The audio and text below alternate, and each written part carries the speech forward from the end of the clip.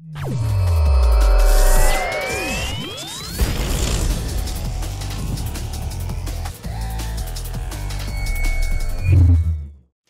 guys, and welcome to a new video. Today, the first update on the Transcendent Pathfire that I choose to work on. So you probably have seen the video that I uploaded like 2 days ago or so, with the main idea of how this build should look like, what defensive layers we have and stuff like that. And today I have the first, let's say, playable version. Wait, there is probably a couple of times that my auto search will go off because I have like so many items in auto search. It is such an in-depth and specific build. It's just hilarious.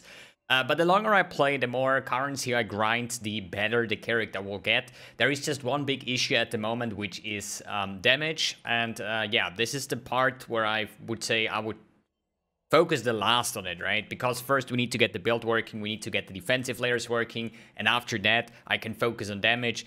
And the damage will mainly come from either Awakened Gems or from base levels. So if I say I have 10 more levels, in theory, right, there is 2 damage nodes over here, there is 2 damage nodes on the bottom side here, there is 2 damage nodes over here. So at the moment I only focus on like survivability, getting all my jewels done, my cluster jewels, stuff like that. And yeah, at the moment it is a playable version, but it took quite a while to figure out a way that I could safely play it, I would say, right?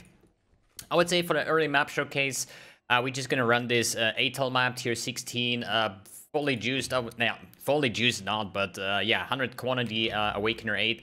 It's actually the first time I think that I'm running a map with it because I was just permanently grinding the Atlas over here, or at least not the Atlas, the heists. And hey, since it survives item level 83 heists, I think I should be fine surviving a map. So yeah, let's see about that. Playstyle is just basically running around. We're using Viper Strike with Melee Splash and Ancestral Call. So that's why my range basically is so insanely big, right? So I think it's enough damage if I just walk by, attack once, and the rest will just die out of the poison, basically, right? But as I said, damage is one part, survivability is the other one, and I think even though having only 2,500, or not even 2,500 energy shield, this build is quite tanky. So I'm mitigating. At the moment, I think I'm already mitigating over 100% of physical damage. Basically, it's not really mitigating. Oh, actually, they are curse immune. Wait, is this a curse immune map? There's a curse with enfeeble. No, sorry, it was just the pack, basically, right? I would say let's just stay over here and see how much damage we're getting. Just gonna make sure that we are not letting the flasks fall off, because this would be like the death sentence, right? So basically about the curse immunity, it was just this monster type that was curse immune. But as you see, damage is definitely lacking, but as I said, there is multiple ways that I'm going to talk over in a bit, how to fix that, or how I'm going to fix that, right? There is just a lot of other mechanics that I wanted to fix first, which I think is more important, because, you know, damage doesn't bring you anything if you're permanently dead, right? So let's do the boss damage. God, that will be awkward, actually. Get the totems down. It's basically at the moment a race between flasks versus boss life, I think. Because I think if I run out of flask, which will be in a second, like now, this is the time where I potentially could die. But hey, we have Val Molten Shell. We're still going. Wait, we have Taste of Hate back up. Hey, that was record time, right? So yeah, as you saw, damage does lag, definitely. But it is mainly because I'm running a clear setup, right? I'm using here Melee Splash and Ancestral Call. So basically my Viper Strike runs on a 4 link, more or less, or even a 3.5 link. This explains the low damage. If I would go with Multi-Strike and Melee Fizz instead of those two, I would over double my DPS, like triple my DPS.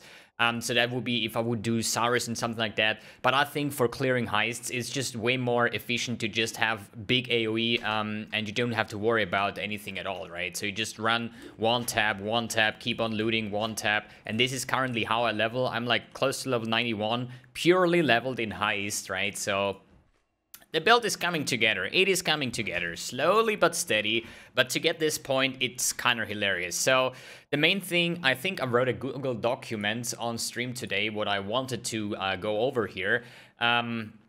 And I basically will link this one in the description below so you can take a look. This is like the current state. Today is like the 9th of October, so this is like the current update. I think we have a little bit more, yes, now like 400. This was like 2,000 when I was actually recording that one. And this is basically how do I manage to mitigate certain things? How do I get like my self-poison, stuff like that? If you want to take a look, then please take a look in the description in this Google Sheets. So, upgrades. First of all, this is now Viper Strike, okay? This is actually a claw and melee-based CI character, which is completely untypical. This skill tree looks completely weird. It's something that I've never played before, but I think like we're doing fine, I would say, like knowing there is a bazillions of upgrades still to make. So what was the hardest part to get? Obviously, this one over here, which is a Watcher's Eye that has triple physical damage taking as, and this is like the problem. So I'm not want to talk about too in depth about the Transcendence Keystone because we covered that one in last video. So now we're gonna try to sort out how we're gonna mitigate all of that damage, right? So if we're gonna write this down, so the problem is we have shit tons of elemental mitigation basically because our armor that we're gonna have like in hideout with flasks up, so I'm on like over 100,000 armor, and if I'm like self-poison stuff like that in the map itself, I'm having even more armor. I think like up to like 230,000 already. So I would say I'm mitigating at the moment like 97% of all incoming elemental damage. There is no chaos damage since I'm CI, so the only problem that I have is physical damage. And to solve this, we're going to convert 100%, or as good as we can 100%, of physical damage into any form of elemental, or in a better way, even chaos, since we're chaos inoculation means we're not getting any chaos damage, right? So to solve this, I have now a triple Watcher's Eye. That means this is like double purity of elements plus purity of fire. So this converts 34%, let's say 34% of physical into like elemental, let's say it like that, because if it's cold, fire, lightning, it doesn't really matter too much. So this was like the hardest part to get, and I paid actually 60 exalts for that one. That quite ruined all my currency, so that's why I'm still running around with some budget gear like Syntrack or other things that's just for getting some resistance going, right? So I just had to get this amulet. It cost me like all that I had, but it's totally fine, I would say, because on the Watcher's Eye like this, for example, if I have 100x for or no x, doesn't matter, right? If I want to farm up and buy a Headhunter, I'm pretty sure every time I want to buy a Headhunter, once I have the currency, I can just go to PoE Trade, search a Headhunter, and just buy the cheapest one or the most expensive, whatever you want. But there will be supply there. A Watcher's Eye like this does not even exist a lot, right? So there are multiple ways. There is like purity of fire, ice, lightning, and purity of elements, while the purity of elements can actually roll the highest. So in a perfect world, this would actually go with a triple purity of elements, which I don't even know if that exists in standard, but that would give you up to 36%. But the purely like purity of fire is only 10%, which is kind of weird. I personally think it should be the other way around, because every time you have something global, it should be less value. For example, if we take a jewel, right?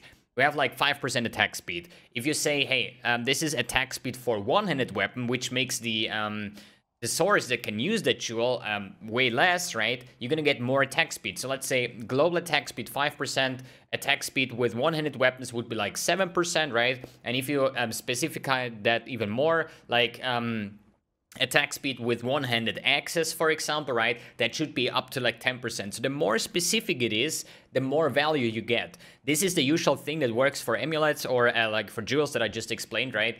And here it's just the other way around. Purity of elements is the global one that has even more physical mitigation or physical conversion. I just think it should, purity of elements should give 10, and the simple ones or the specific ones like purity of fire should be 12. But hey, I'm not working for GGG, so I'm just gonna use this one. So this was like the biggest part, right? So then on the second part, at the moment, I'm using a lightning coil, which gives 30% of fizz into lightning. This is like a placeholder. This is like a chest for like 18 chaos or something, 6 linked. which was an easy way to do, but it's quite hard because you get a minus 60 lightning resistance over here, right? So I can barely fix my lightning and my cold res while I have like insane amounts of fire resistance coming through the purity of fire, since I'm also using that one combined with the purity of elements just to activate the Watcher's Eye, basically, right? Then I have another thing that is Taste of Hate, and Taste of Hate at the moment, like the flask itself gives 20% fizz taken from hits as cold damage, right? But since I'm a Pathfinder and I do have all kinds of Flask effect, even I bought the Conqueror's Potency for Flask effect, and I scaled into here with all the Flask effect nodes, and currently this one gives me 34% of fizz into cold. So at the moment I have like, here is like 98, and then I figured out another way to do it, which is a shield corruption, and this one has 8% fizz. So at the moment I'm actually over the 100% fizz cap, but it doesn't really matter because at some point I want to switch the chest from 30% to 15%, which is a rare chest. I will probably go with the Hunter modifier that has 15% physical damage taken as Chaos, because if I take Fizz as Chaos, it's always better. Since I'm CI, we're gonna how are you gonna say? We're immune to that, right? If I say like physical into fire, I would still get 3% of that fire damage, but if I have physical into chaos, then I'm just getting 0 damage because I'm immune, right? So that will be here. Then on the helmet, I'm currently missing all of that. I just bought the Hubris with the right enchant to reserve my determination here, right? It should be, I think, Redeemer, so I get mana reservation on it, so I can have more mana pool open, so I can start leveling up my precision, because at the moment I'm not even sure how much hit chance I do have, like on my Viper Strike, like 93%. I should be able, once this one is leveled up and once I have the mana reservation, which is I think the Redeemer stat, then I should be able to get 100% hit chance, which will like give me shit tons of DPS in the long term, because none of my hits will miss, so every hit will apply poison, right? So there is multiple ways of achieving that. I wrote it down somewhere here. These are like the options that we have. Physical damage taken conversion. This is what I currently have, right? Then we have like, if you have a Dark Scorn, you have 25% Fizz as Chaos, which makes it a lot easier, right? Then you have like the chest that I was just talking about with the 15%. Then you have like an Influence modifier that I will try to do with a Redeemer, since I want the mana reservation on it, and 10% physical damage as Cold. And then you would have basically, or you take a Helmcraft or the Formless Inferno, but I think as an CI character now, I actually want to stick with the Hubris Circlet. Good. That is about how we could mitigate, or at least convert 100% of the incoming physical damage into an element, which then gets reduced by my elemental resistance, which then gets reduced by my armor. And when I'm like in fight, I have like over 200,000 armor, so I'm basically double 90% mitigating, not even 90%. So at the moment, I think I'm mitigating like 97%. And once my purities are getting a little higher, so this one is about 4 additional max resistance. I will get to 5 later on, but this is like the really min-maxing part. At the moment, I'm just trying to figure out the best way of playing this build, and I think it's pretty cool with the shield corruption and the Watcher's Eye and all the other stuff, that we actually can convert 100% of physical damage into an element or chaos, which is kind of insane. So the next part is ailment immunity. So usually as a Pathfinder, you would go Master Alchemist and you're gonna get immune to elemental ailments. So the problem is we want to chill ourselves, right? And if you are chill immune, or at least like immune to elemental ailments, you cannot get chilled. So even if the ring says you are chilled when you're poisoned, doesn't matter, because you're avoiding that chill, okay? So the problem is I want to get ailment immune for all sources, just not chill. And how to do that, that was kind of insane, actually. So I used to Bated Breath before, but now I swapped to a Cyclopedia and Coil, because at the first maps when I ran those, I was just getting ignited and I died from that. So since I'm getting damage, my energy shield recharge will not go off. So I'm basically just ticking down until I'm dead, or the ignite stops, basically, right? So there was a way to fix that, is just with a flask that gives you ignite immunity, right? Which is okay, which I used afterwards, but then I sometimes died because I got shocked. And if you get shocked, then you take increased damage and stuff like that. I got one-shotted, and every time I died, I checked my symbols, my debuffs, I was shocked, okay? So I said, like, I need to find a way to get ailment immune without being chill immune, okay? And yeah, the easiest way would be the Master Alchemist, but then I cannot chill myself, I cannot reverse chill and stuff like that. So I fixed that by going the Cyclopedian Coil, which says cannot be frozen if your Dex is higher than Intelligence, right? Dex higher Intelligence, okay, I cannot get frozen, but I still can get chilled, right? So what about Ignite and Shock? So the other stat is cannot be ignited if Strength is higher than Dexterity. So is that... No, it's not. So Strength is lower, so that stat doesn't count. But cannot be shocked if Intelligence is higher than Strength. And this is the fact. So with the Cyclopedian Coil, I cannot be frozen and I cannot get shocked. So the only thing that's left is Ignite and Chill. Chill I want to keep, but how do I not get ignited? With the Ring Corruption, cannot be ignited. For some weird reason, this ring was for sale for 45 Chaos, and it was the only one with that corruption on and offline. So... I don't know, first time lucky in this league that I could get that, but now we're immune to elemental ailments while still being chilled, what we then reverse with a chill and yeah, get all the benefits, for example, with the replica hot-headed here, with the movement speed, attack speed, cast speed and stuff like that, so it's kind of insane. So then I was talking about the shield, the Apex Supremacy, right? So this is an insane shield. We get energy shield, we get chaos damage, we get faster start of energy shield recharge, and we're gonna take chaos damage instead of physical damage for bleed, which makes us basically bleed immune just because we are CI. And if we get chaos damage, there is none, right? The same way as I cannot, like, I can poison myself, but I'm not getting damage, right? So that worked. But I encountered one big problem, and this is, what if you're permanently getting damage, you will never start your recharge. So you see your energy shield permanently dropping, and there is no recharge, right? On a spell-based build like Blade Vortex or any other spellcaster, we would have spell damage leached as energy shield. So even though I would drop, I could still leech back up. So the first problem here is, first of all, I'm an attack-based build and not a spellcaster, means I cannot leech any spell damage because I'm not doing spell damage. The second problem is, you are leeching energy shield based on your maximum amount, right? And since I only have 2,500 energy shield, I think like I can leech 10% of that. So maximum would be like 240 energy shield leech per second, which is then getting reduced even more by Wicked Ward because we have less total. So I would leech for like 50 damage or 50 energy shield per second, which is just not good, right? So there is just, I just die over that point, right?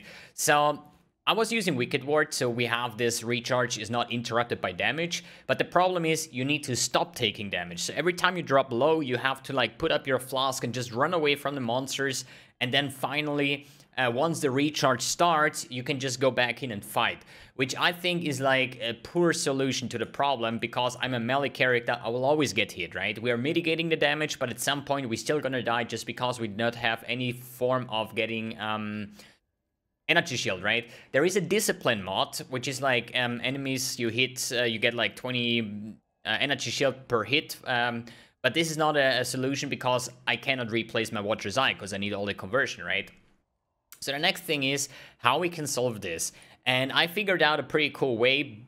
I mean, actually, the stream told me about it. It's the Apex Slumber. This is actually the version before the Supremacy. So the Apex Slumber is the weaker version of it. Has less chaos damage, has less energy shield, has not even faster start or anything like that. But the other things are the same. I still get my 3% max resistance. I still have a chance to get poisoned. I still have my poison expire slower. So all that is good, right? But the difference is, this one has faster start of energy shield recharge, while this one gives you 50 energy shield per second per poison up to 250.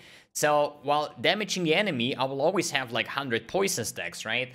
And the cool thing here is I will permanently sustain 250 life energy shield per second, right? Which is insane, because if you don't have a lot of energy shield, that 250 is basically the same that I would have on Leech unmitigated, right? And I will have this as soon as I attack the enemy, since I have a fast attack speed. That's like the best out of both worlds. And so I tried this and I felt like it's not working. So I checked my defensive tab and I saw like, oh wait, I only have like 37 energy shield per second, while this should be actually 250, right?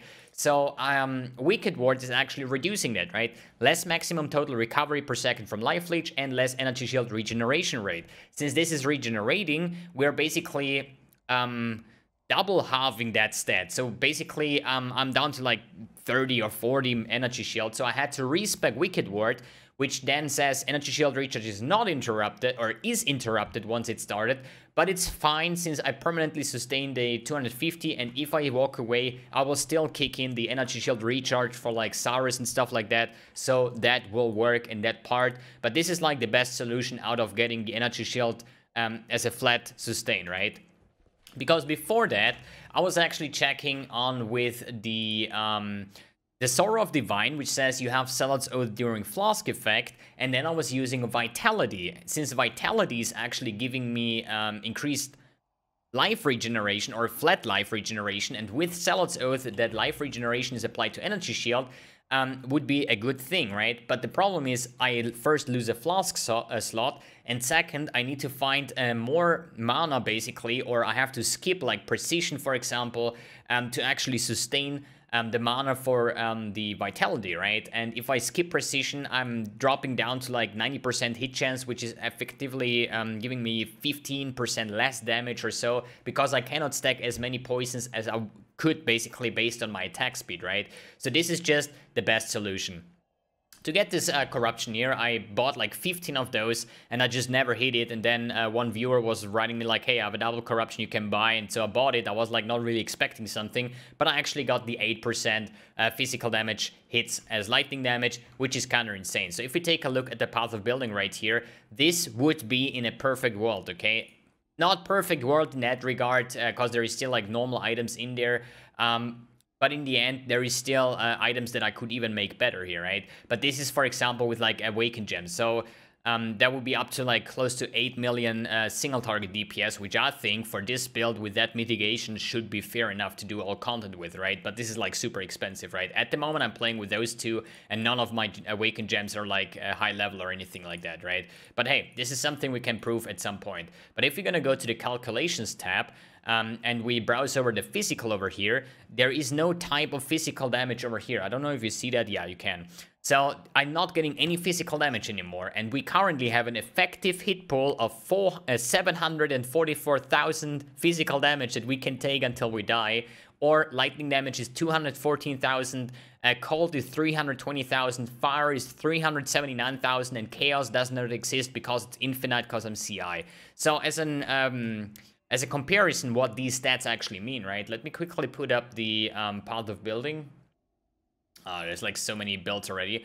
I think if we are going for the Bleed Bow Champion, which I say is like a very strong and tanky character, right? So we have endurance charge, stuff like that. We have over 6k life. We have like 1,000 life regen. This character was like really tanky. If we go to Calyx over here, let's see the effective hit pool: 27k, 48, 48, 63 because I have more max fire resistance, and 14,000. Okay, so 27 for Fizz and like 48 for Elemental. If we check the Pathfinder now, we have 750,000 for Fizz and over 200,000 for Lightning and over 300,000 for both Cold and Fire, and we're immune to Chaos. So this character should be like 20, 30, 40 times more tanky than what I say is like was my most tanky character in this league. So this is getting up to ridiculous stages at some point, but as I said, it is very, very hard to gear. It's so very specific. You have to like fix your stats with small cluster jewels because I was like lacking strength, so I needed to get one with strength over here, right? It is like very in-depth, but I just wanted to give you guys an update. This is not the final character. It's an ongoing progress on what I'm working on, and it's probably going to change over the course of the next days as well, right? So first was the build idea, then we have like the first state, which is this one, where I say like, hey, I have way too low damage, but this is also like, I have Malevolence over here, right? But it's not activated. Why not? Because I cannot sustain, because I need the Owl's Uprising. At the moment, I cannot afford it, and I actually need the resistance to cover up the Lightning Coil. So basically, it's a lot of ongoing progress, right? I did get some insanely good hands of the High Templar already, level of Socketed Gems, Aura Gems, Energy Shield, Temp Chains, and Despair, and that's why I'm having those, the Whispers of Doom, so I'm having both Temp Chains and Despair for my poison, which is insane. Temp Chains makes the poison duration last longer, so a bigger end DPS, and then Despair is basically that the enemy takes increased or has lower chaos resistance, and also like we do increase damage over time. So these gloves is endgame. I actually divide them 30%. I still need to run lab to get this enchant on, but this thing will not change. Cyclopedian Coil, I currently have Determination Aura effect. I'm looking for, maybe there is some time coming up, a double corruption or something like that. It would be even better if we would have a Discipline Aura effect, or even like Malevolence if we need damage, something like that. This was like a couple chaos that was not really cheap, or at least expensive, so I took that one. This Syntrack is like a super cheap item to start with. It's like 1 chaos, 2 chaos based on the rolls. There is no enchant, so the boots need to be upgraded. The chest, as I said, I need a rare chest with like a fist taking as chaos damage. Here I need the fist damage taking as cold and the mana reservation. Here I need the Owl's Uprising. Flask, I think, are fine. We still need to make some better cluster jewels and stuff like that. But this path of building is in the description below, so you can take a look what the current stats are looking like. Good. Is there anything else that I need to explain here? Yeah, the Poison Claw that I crafted, this is an experimental base. This is new in the league. It's Void Fangs. And to get the poison mod on it, we need an Elder item level 83. So I bought this one with 83, but there is no Elder Orb. So what I had to do is throw a Hunter Orb on it, and then awaken an Orb with another Elder Claw, so I get both Hunter and Elder. I don't care about the Hunter too much. There are some cool poison mods on it, like damage deals faster and stuff like that. But in the end, the Elder influence is important. Then I was spamming like 200 or 300 Jagged Fossils. And actually, I got this weapon with T1 Chaos, T1 Poison, and T1 Accuracy. So first, I wanted to have the Poison mod and flat Chaos damage, and then I wanted to craft Hits Cannot Be Evaded. So I don't have to like go for accuracy and stuff like that, right? But I rolled this one with T2 Flat Fizz and also T1 Accuracy. And then I slammed it for Multiplier, which is like, yeah, quite bad, but whatever, better than nothing, I would say. But since I had accuracy on that one, I said like, I see myself actually getting the 100%, and I could solve this without taking any accuracy notes, just with the precision and the accuracy over here, we can get up to like 100%. And with the T2 Flat Fizz, it's way more damage than the Hits Cannot Be Evaded craft, basically, right? And since Poison is both combined physical and chaos, it's like way better. And the Void Fangs have the cool implicit adds chaos damage, which is basically a tier 2 chaos damage roll. So this claw at the moment has 488 combined DPS, Fizz, and Chaos together. Good. Anything else? I'm not sure. I don't think so. I think I've talked enough already. So the Google Spreadsheets is in the description below, where I just randomly updating my character, so you can take a look. And if you have any ideas to improve the build even further, please let me know in the comments below. And yeah, this is like an insane build, and I hope it's going to be as insane as I hope it will be at some point. Alright guys, thanks for tuning in, thanks for watching, and see you on the next video.